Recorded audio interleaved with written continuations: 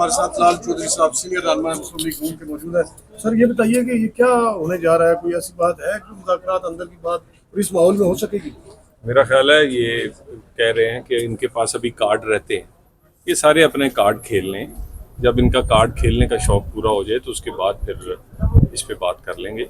और कभी एक बंदा कह देता है सिविल नाफरमानी होगी, अलीमा खान कह देती हैं एक कार्ड मेरे खान साहब के पास और भी है, वो कार्ड खेलने पहले। और इस तरह की कोई बातचीत जो किसी आप धमकी दे के करें तो वो, और वैसे भी इस बातचीत में इनकी इंटेंशन ठीक नहीं लग रही।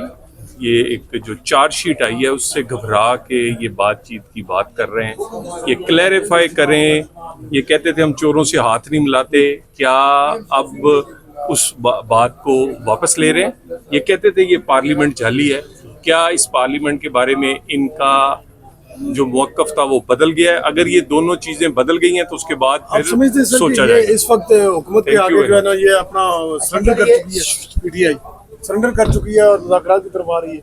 जी जी, आप क्या कह रहे हैं? सर ये पार्लियामेंट्री कमेटी के जो चेयरमैन हैं खुर्शीद शाह के साथ मुज़ाकरात के लिए कह रही है पीटीआई, आप क्या कहते हैं कि होने चाहिए उनके साथ?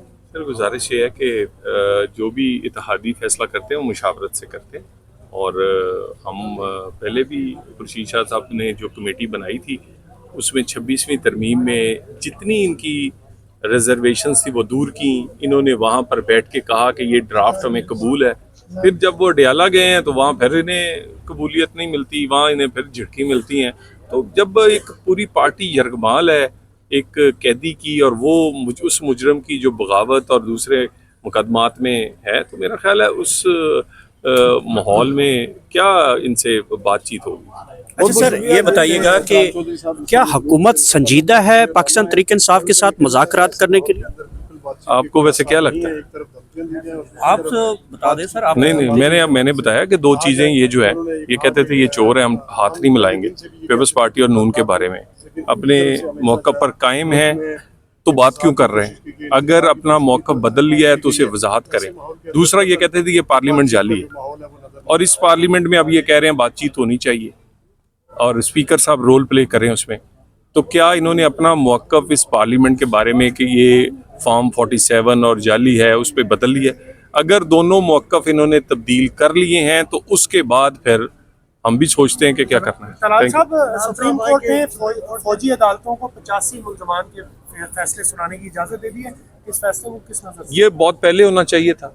अगर 26वीं तरमीम ना आती तो इसी तरह रखने डालकर रोका जाता इंसाफ से। इसीलिए 9 मई के मुकदमात आज तक उसका फैसला नहीं हुआ। इसी तरह की सहूलतकारी की वजह से जो स्टेज आते रहे हैं और जो इंटरवेंशंस आती रही हैं, जो सो मोटो होते रहे हैं, ये जो लाडला अडयाला में बैठा है इसको सहूलतकारी इसकी की जाती रही है। ये जो चार्जशीट आई है, ये चार्जशीट मुकम्मल उस वक़्त होगी जब जनरल फैज़ के साथ साकिब निसार और बानी पीटीआई ये तीनों लोग, ये चार्जशीट मुश्तरका है। सो मेरा ख्याल है कि 26वीं तरमीम में पाकिस्तान में अदलिया को भी आज़ाद किया है। एक ख़ास जो लोग इस पे आप कह सकते हैं कि काबिज़ थे, और पार्लियामेंट को भी 19वीं तरमीम के बाद रहाई आके 26वीं तरमीम। अच्छा सर तलाल साहब, ये पीटीआई ये कह रही है टीवीज़ पे बैठ के कि जो लोग सियासत में माजी में जो इन्फ्लुएंस करते रहे हैं उनका इशारा बाजवा, जनरल फैज़ हमीद, जनरल नदीम अंजम की तरफ है। उनके मुताबिक कुछ बयानात हैं, ख्वाजा आसिफ का बयान है, मौलाना फजल रहमान साहब का बयान है कि हमें बुलाकर कहा गया कि आप ये हुकूमत ले लें इस तरह की। तो क्या उनके खिलाफ भी कोर्ट मार्शल नहीं होना चाहिए फिर? देखिए, इसका मतलब है कि आप जो बात कह रहे हैं कि पीटीआई ये तस्लीम कर रही है कि जनरल फैज़ सहूलतकारी और सियासत में मुदाखलत करते रहे, तो जिस बात को तस्लीम कर लिया उस पर तो आगे बढ़ना चाहिए। बाकी जो बातें हैं वो बहाना बनाकर आप ना उनकी चार्जशीट को रद्द करवा सकते हैं और ना अपने आप को जो गठजोड़ था बानी पीटीआई और पीटीआई की सियासत का जनरल फैज़ से, उससे कोई जान छुड़ा सकते हैं।